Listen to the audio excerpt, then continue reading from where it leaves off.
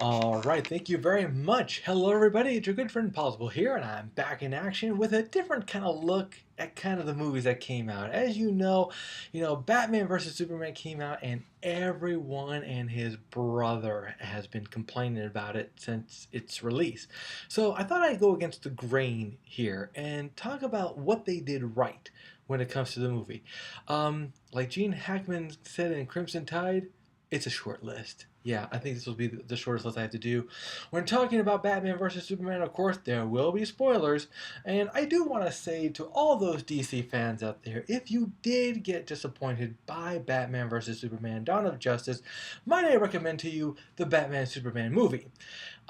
This was the other meeting of Batman and Superman. And notice what I said, okay? It's the meeting of Batman versus Superman, not the fight between them.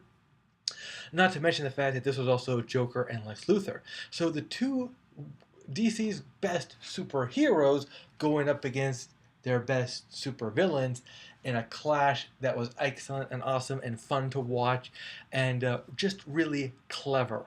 If there's anything Batman versus Superman is missing, it's the word clever. I mean, they don't have any problems making the supervillains clever or giving them the edge when it comes to these guys. But when it comes to the heroes having the edge that we've seen in comic books and cartoon shows, they just don't seem to have it here in these movies. They're really they suck in these movies. But wait, what am I doing? I'm sorry. This is a what they did right video, not what they did wrong video. I do apologize. That's gonna happen, just so you know. There's very little right, but there's so much wrong, and it's easy to go back and forth between the two. But let's get started. Let's look at what they did right. There's no numbers or anything, just so you know. Just some good images that give you an idea of what they did right. Here, the beginning of the movie, they did it right. After we went through the obligatory Batman is Batman because his parents were murdered, we have to go through that again for some reason. But Bruce Wayne landing at the heliport. Now, don't get me wrong, we don't really know exactly the whole story about before that. When we first see Bruce Wayne, he is getting off the helicopter. He jumps into a car. He runs over there. Now, that would be kind of crazy because this is a war zone going on right now. We got these two mega-powered beings fighting each other to the death, and he is rushing to save his people. That brings me to another point, which is to say that, yes, Ben Affleck as Batman worked. I know a lot of people are going to be against me on that one, but this was one of the best parts of the movie. Ben Affleck really brought it home as the tortured Bruce Wayne. It just worked with him. He was torn, he was conflicted, he was kind of tired. I really didn't want to see this in Bruce Wayne, to be honest. The way Zack Snyder and everybody was describing Bruce Wayne, I was like, oh my God, that's going to suck. But you know what? It worked pretty well. The other thing I want to bring up real quick, and this is an extra thing for Batman vs. Superman, I like the irony of it. Did you catch the irony of it? Did you notice that, the Batman story is taken from Batman Returns. Kind of the Batman's been gone for years and he's an old man, but now he's back to help bring justice. Superman was based off of Doomsday, where basically Superman fights a monster just as powerful as himself to the death. And so you take these stories, which are really about the end, and you're going to start everything, and you're using that as your launch board. It's like, we're going to start here. I mean, I guess I assume that we're starting here at the end so that we can have a new beginning type of thing. That's the way I take it.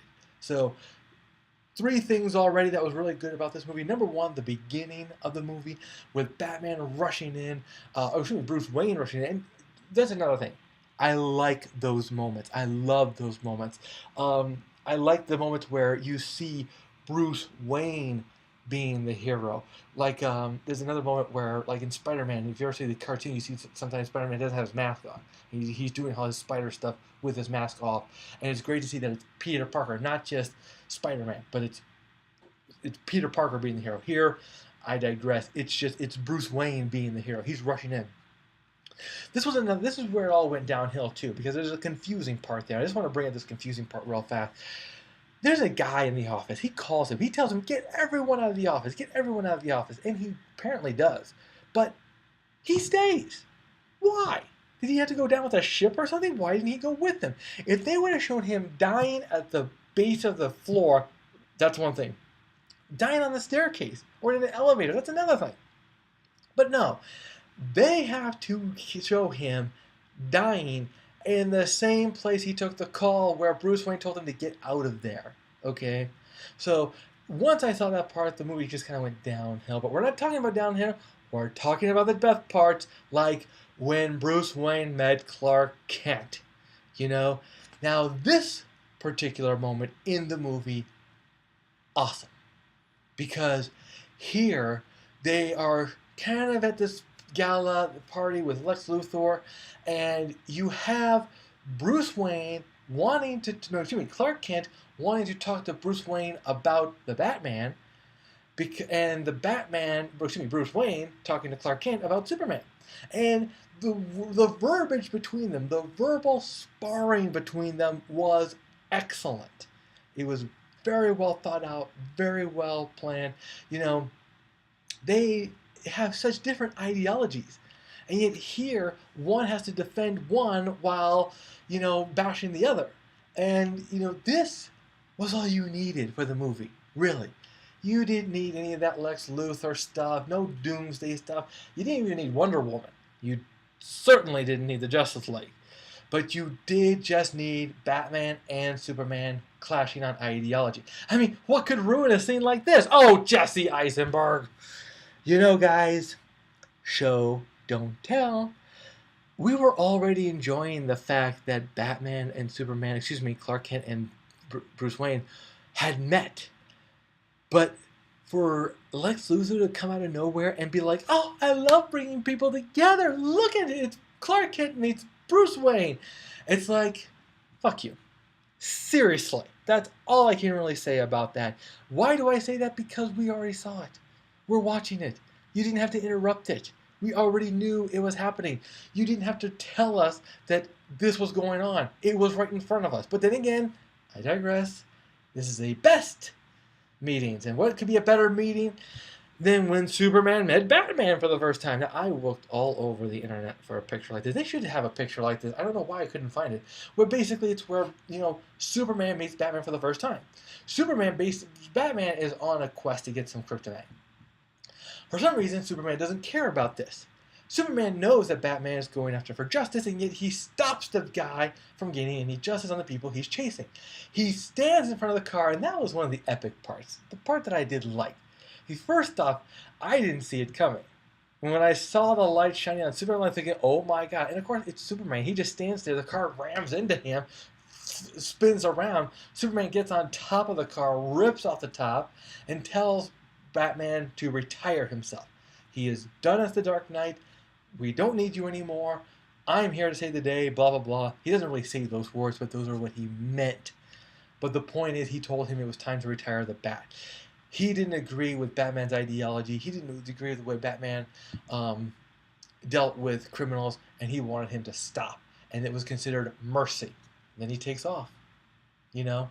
That meeting was good. Okay? Again, that's all we needed. We just needed Batman versus Superman. We needed those two focused characters like a laser. Focused. And it could have burned through anything else in the world. If there's anything I love about Batman versus Superman, you ever see those, no, not Batman versus Superman, world's finest cartoons, comic books. If you ever read those, the best part about them is that Batman and Superman have this banter between them, which is hilarious. You know, there's this one, I forget which one it was, but Superman gets shot with some kryptonite, and it's killing him. And so he needs Bruce's help to take out the kryptonite and everything. So, and at one point, they're battling, who's that guy that has the kryptonite inside his chest? Metallico, I think it's Metallico. But anyway, Metallico thinks he wins, and he buries both Superman and Batman, okay? And at one point, Batman is working on the road out, and Superman says something funny. I forget what he says, but Batman replies, "Do me a favor, Clark, lose the sense of humor." And Superman just laughs at him and goes, "Do us both a favor, Bruce, buy a sense of humor." You know? The banter in between them is always funny, and it's just hilarious because you got two very different people. They're on the same side, but they're on opposite sides of the spectrum as much as you can get, you know? Um, and that's what they missed for this movie. You know, it was just so straightforward and just so serious. They couldn't be like the good Batman Superman movie. They can't. They just don't have that same sort of cleverness that we all hope to find. And that's it. Can you believe it? We're already done with what they did right in the movie. You know, don't get me wrong. Some parts were okay.